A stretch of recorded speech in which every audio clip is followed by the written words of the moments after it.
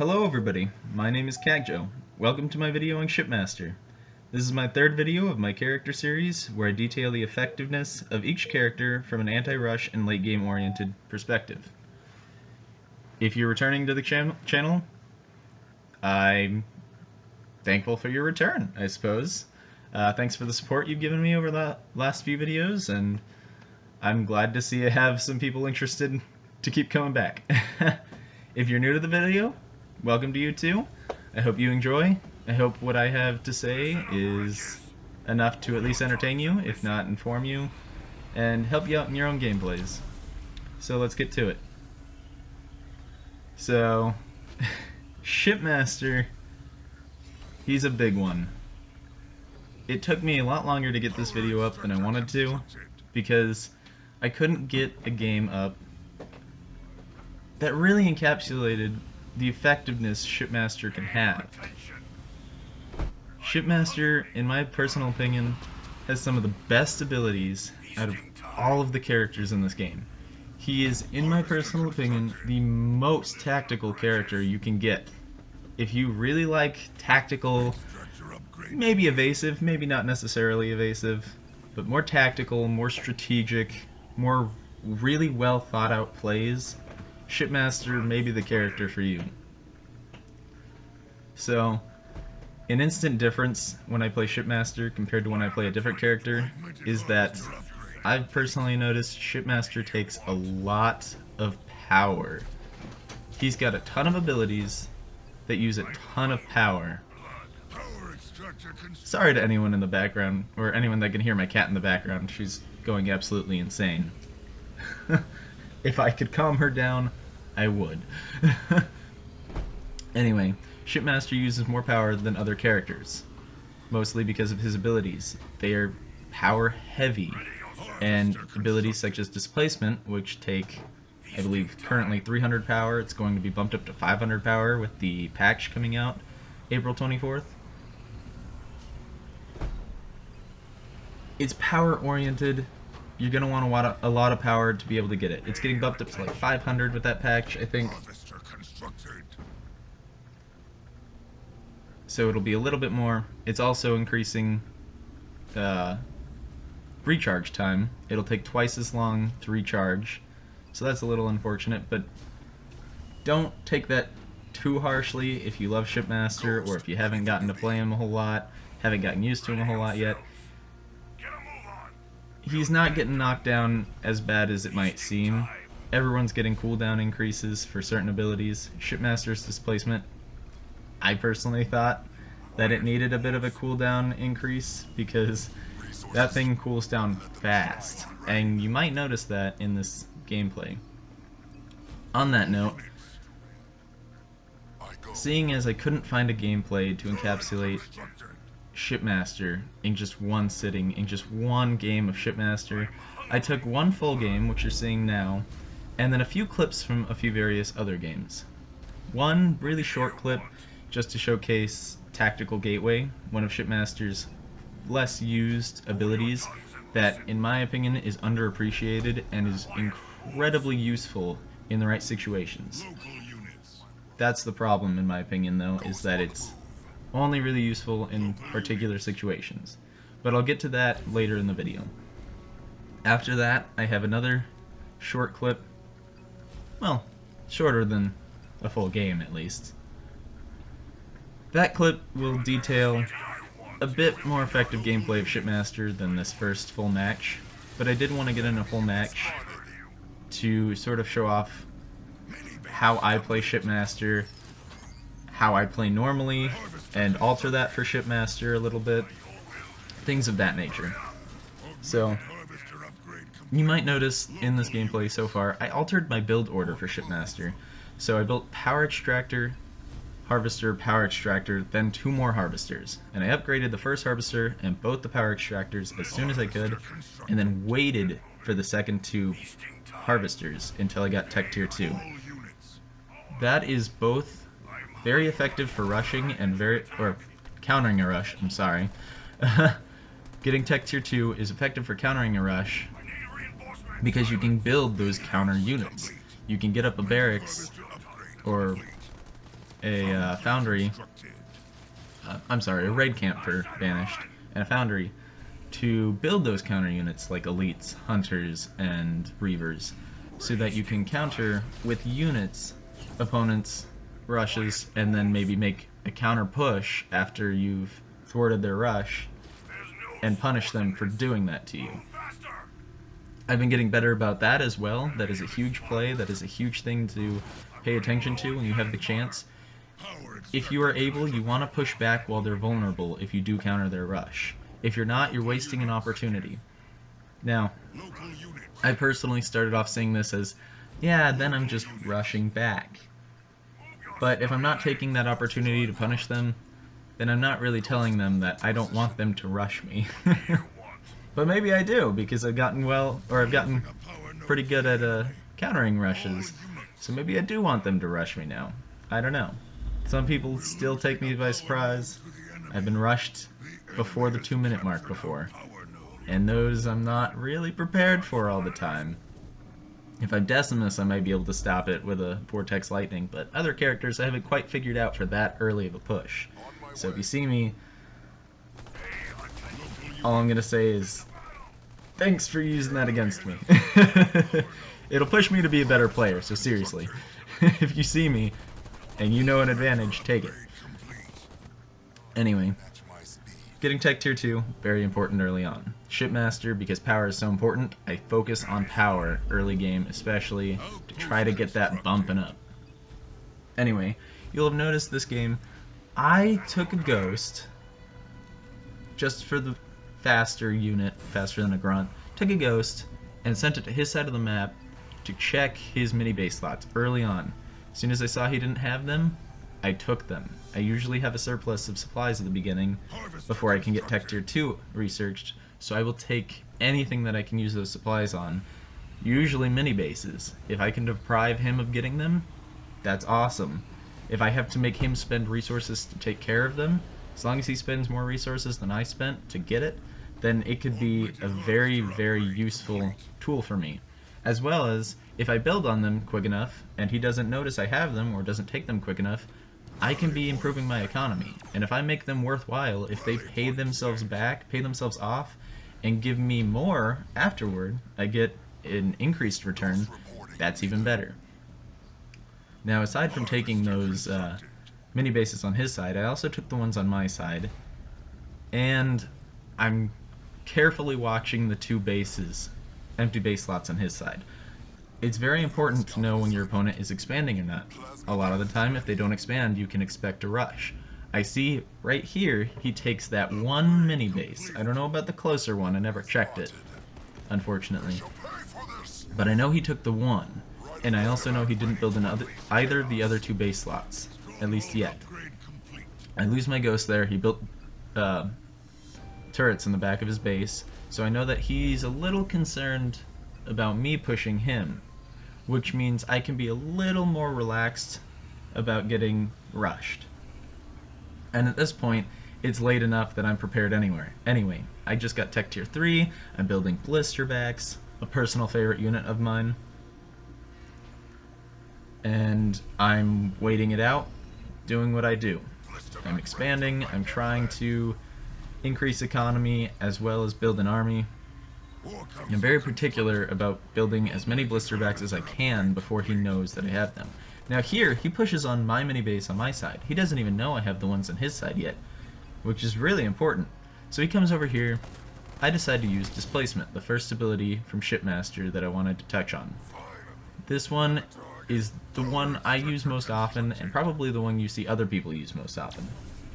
Very important ability. You can move units incredibly far.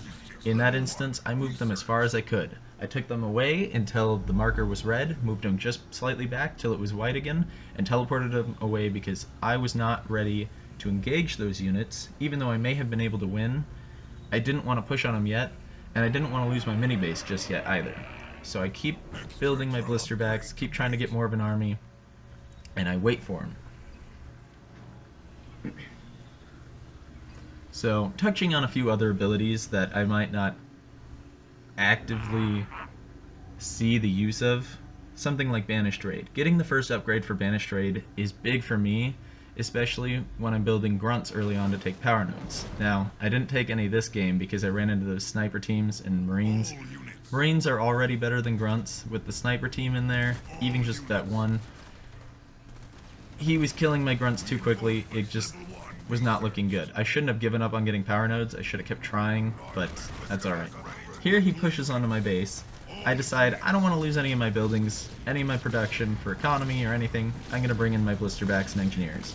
Engineers are healing the base, the blisterbacks are taking out infantry really effectively. I want to take out the marines because they can kill the blisterbacks pretty quickly as well. So I try to prioritize taking those out. I'm sending all of the blisterbacks that I get over there, keeping my engineers healing whatever I've got right there, the base, the blisterbacks. Here I try to save that one blisterback. Didn't notice soon enough that it was dying so quickly, and it blew up. Oh well, you take some losses. Overall, I win this fight. He doesn't destroy any of my buildings, which is a huge plus for me.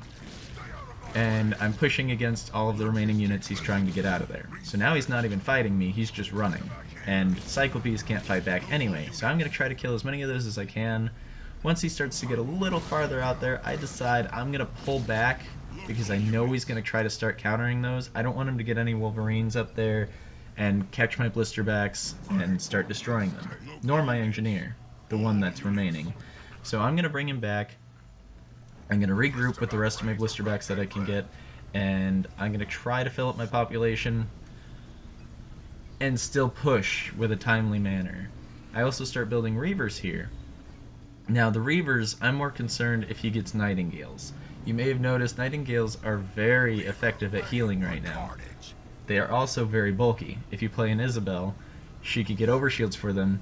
You get a group of Nightingales, group 5, 6, maybe even a few more in an army, they're going to be healing really effectively, and their bulk is going to keep them alive really, really well. I'm a little shocked at how well they work, especially compared to Engineers.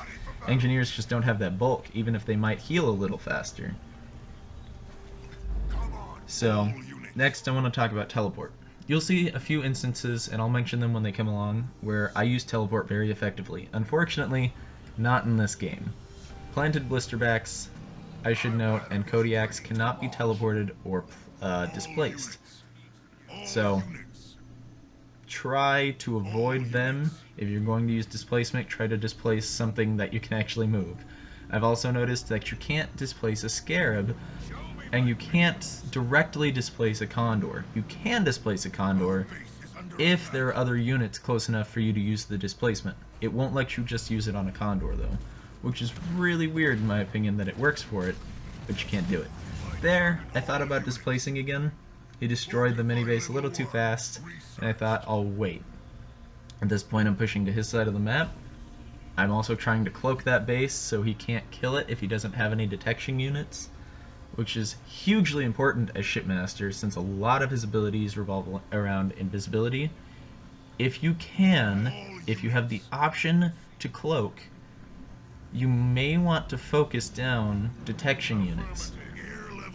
I do it all the time. If I have blisterbacks like I do now, and they have Wolverines are detection units, I'll try to focus those down and then use an ability like mass cloaking or use a Shroud, use a Shroud's ability to cloak my units after the detection units are gone.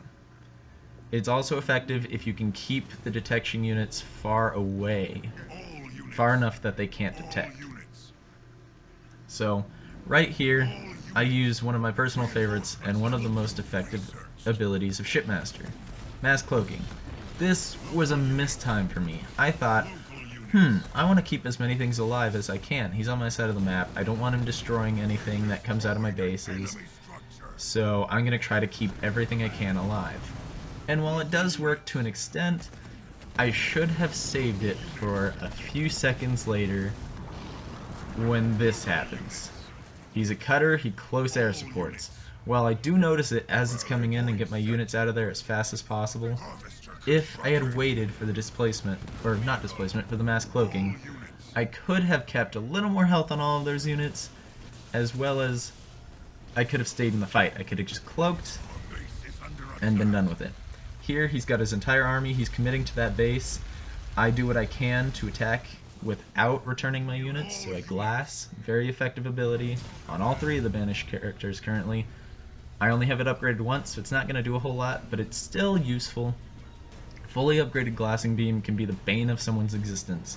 That thing can take out a ton of units. Next, I don't really use Scout Mine. You may have known that Scout Mine got nerfed before. It was very, very effective at taking out buildings on bases. Now, if I do use it, it's usually really, really late game in those longer games. I'll actually use it for vision because it does not decloak. If they don't have detection units, a Scout Mine will stay invisible, and you can use that for getting vision across an entire map. I tend to build a pathway behind someone's base where they might not be sending units, so I can easily use that for a tactical gateway entrance or something of that nature. But again, I don't find it useful enough to use my leader points on it early on. So, Extraction. Extraction, I don't know that I have any footage of it in this video. But Extraction is huge. If you're attacking and you are starting to lose a fight and you don't want to lose your units, maybe they're effective against what your opponent has, they just have too much for you to handle, Extraction is a great way to do that. It is a fantastic defensive ability. Also, you see how he was at my main base? That right now, actually, as I win, destroys main base, he resigns. If I had Extraction and unplanted my blisterbacks, because planted blisterbacks cannot be teleported, unplanted can. If I gathered my army and used Extraction, they would have teleported right to the front of my main base there and started instantly healing and defending my base, fighting all of his units there. It is a great, great ability to use defensively. Teleport you can use defensively, but it's better to use offensively. So this clip right here is very important. This is a later game, 22 minutes into a game, and this is one of my earliest Shipmaster gameplays. Way early. I'm using a tactical gateway to get straight from my base to behind his base. I attacked, lost a lot of my army, and decided as I was rebuilding to place that tactical gateway behind his base. I'm bringing in so many Reavers and Hunters and Wraiths that I'm just ruining the base and all of his units that he's got there, the Grizzlies and Nightingales, and there's nothing he can do about it. He ends up resigning, or destroying that base in the clip, self-destructing it, and then shortly resigning after. And now this is the final clip. This is a very recent gameplay. I was stuck. I was pinned. I was building mini bases. It took me forever to get up a second base because my opponent Jackrabbit rushed me in the beginning. So I've got all these anti-vehicle turrets on my main base, including the shield generator as well. And I stopped his Jackrabbit rush. Again, I apologize for my cat if you can hear her. He destroys all but the close mini base that I built. I had all of the mini bases on my side, and I tried to take some of his early on, but he had taken them just as quickly as I had taken mine. And his Jackrabbits, I just could not get things up quick enough. Something like Hunters and Marauders, which I've been using to counter Jackrabbit rushes lately, very effectively as well. I could not get enough of them up to defend, and I could not get enough of them up to defend quickly. I do have Teleport, which is a great rush defense, especially in 2v2s and 3v3s. If one of your teammates is getting attacked, you can teleport straight to their base with any units and defend. And then if they come to your base, you can extract right back to defend again. So it's all about grabbing the right abilities at the right time with Shipmaster, being incredibly tactical with your plays. So here, I know I'm trapped, I know he's got at least 2 bases as well, and he's got more mini bases, so I know I'm beat on economy currently, and I don't want to get beat on units. He also has all of the power notes. He stopped me from taking power notes. He took all the ones that I was able to get, took them right back. So here, I'm trying to push as soon as I get an army, and I'm trying to catch him off guard. So I'm building engineers, I'm building hunters, I'm building things to try to counter what he's got, and I'm trying to push to his side of the map. Also, because I know he's got a better economy, and he's going to be able to keep an army up more effectively than I can if I lose mine, I'm trying to build locusts so I can shut down his production by destroying a base very quickly. Here he gets a condor. I use mass cloaking. He didn't have a detection unit until I get too close to the base. But by then, the Condor was already defeated. I had too many Reavers, and the Locusts were helping. Even the Marauder was shooting. Too much for him to defend against. I destroyed the cloak or the detection tower that he has on his unit quickly, but it still did its purpose. Unfortunately for him, I was able to cloak for long enough to defend against most of the Condor's attacks. Here, I try to push all of these units as fast as I can, get rid of them as fast as I can, because I'm on his side of the map. I don't want to lose any units if I can help it. I end up destroying the base, he ends up dropping an Inferno. I move my units out of the Inferno as fast as I can, and I use a teleport to get straight up to his next base. I'm keeping on the pressure, I'm keeping it fast-paced. I still have the majority of that army. He's made so many misplays here, and I've made so many successful plays, that I am able to just annihilate anything he sends to me, and then keep pushing his bases. Here he brings in a large force I'm concerned about. I see the Warthogs, I displace them. I get rid of them quickly, because I know he's dwindling my hunter population. I want to get rid of those as fast as possible. I'm also retasking, rebuilding my army into blisterbats. Very effective anti-base unit. He also, I know, doesn't have any anti-air, so there's not much he's going to be able to do against them. He also, aside from the few Hornets I'm destroying, and I suppose Flame Warthogs are effective against vehicles to some extent, but they're not the perfect counter to planted blisterbacks. So here, I'm pushing all of these units, I'm focusing them down, my Reavers are taking out the air units splendidly, I'm making all of my ground units target all of those Warthogs, trying to take him out, and I'm trying to finish off his mini bases to ruin any production he's got left, because I know I've destroyed 2 of his bases now. Now, I have not checked that 3rd base slot yet, so that's where I'm after next. I did, on the other hand, fly by it with something, so I see that he does have a base there, so I start to move over that way. I'm still retasking into blisterbacks, I'm still trying to use all of my abilities as effectively as I can, and my units. So, to move back to abilities, as I continue to decimate him here, as I've taken out most of his army, he doesn't really have much of a defense against me. Shipmaster's other abilities are also very useful. I talked about Glassing Beam, definitely useful offensively, not a bad decision at all. Advanced Cloaking, that one's very useful. So, the first tier I'm not too fond of. I never really utilize it to its full potential, but the second tier makes both shrouds cheaper and their cloaking fields larger. It makes cloaking generators for your base cheaper, and it makes... Ooh, what's the third thing? Anyway, let's touch on Shroud's bigger cloaking fields. That's very important, makes it a lot larger than anybody else's cloaking fields for Shrouds. Very useful indeed if you're going to build Shrouds. Makes a massive cloaking field. You need fewer Shrouds to keep a large army cloaked. Very effective. And they're cheaper. They cost like 550 supplies.